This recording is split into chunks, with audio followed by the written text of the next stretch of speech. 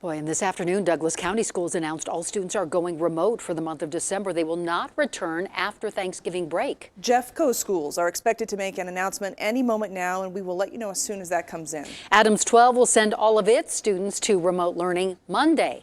Littleton and Boulder Valley schools will go remote Tuesday. Denver, Aurora, and Cherry Creek school districts already have most students remote. Westminster is on a 2-week quarantine, but plans to bring students back Monday.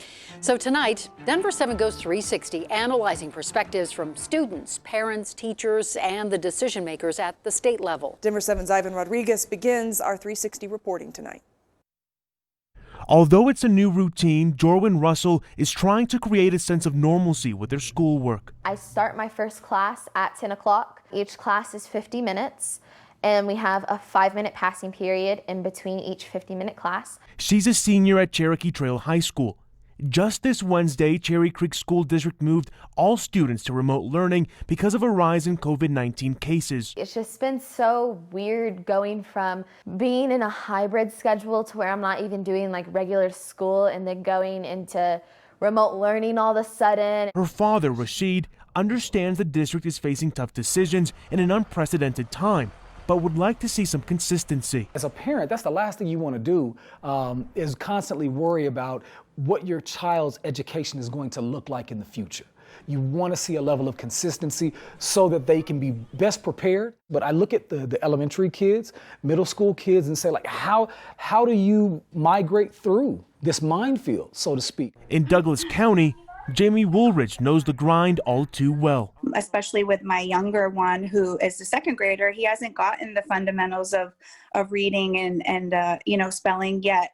And he's also actually he has ADHD, and so he can barely sit still. He can't focus. The schoolwork is just one piece of it. For her 4 children, she also worries about the negative effects of remote learning, like anxiety, depression, and stress. Cries every day that we do remote learning, and we have to constantly take breaks, and I have to walk them around. For that reason, she'd like to see families be able to decide the way their children are taught. With regard to mine and many of my friends in our community, we would like to make the choice to have in-person learning. As thousands of families remain in limbo over what the future holds, they hope their children will receive the education they deserve. Ivan Rodriguez, Denver 7. Our next 360 perspective comes from the state. In a report released this week, they said K-8 schools are able to provide a safe environment as long as they follow the rules. The report says the relatively small number and size of school outbreaks indicates that school mitigation measures are preventing widespread transmission in schools. But it also highlights the unknown danger while the virus is spreading at a record pace. Quote, cases are increasing quickly with no signs of slowing or a plateau, and it's unlikely this trend will continue.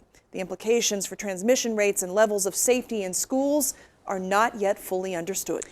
And the teacher's perspective is simple and almost unanimous. It is dangerous to continue working in person when this many people are getting sick, and they believe districts need to move to remote learning. I feel like at JCEA and we are putting safety as a top priority. And we believe that the rapid spread throughout our community right now has truly made in-person learning unsustainable. And now it's your turn. Which perspective are we missing? Let us know. 360 at thedenverchannel.com.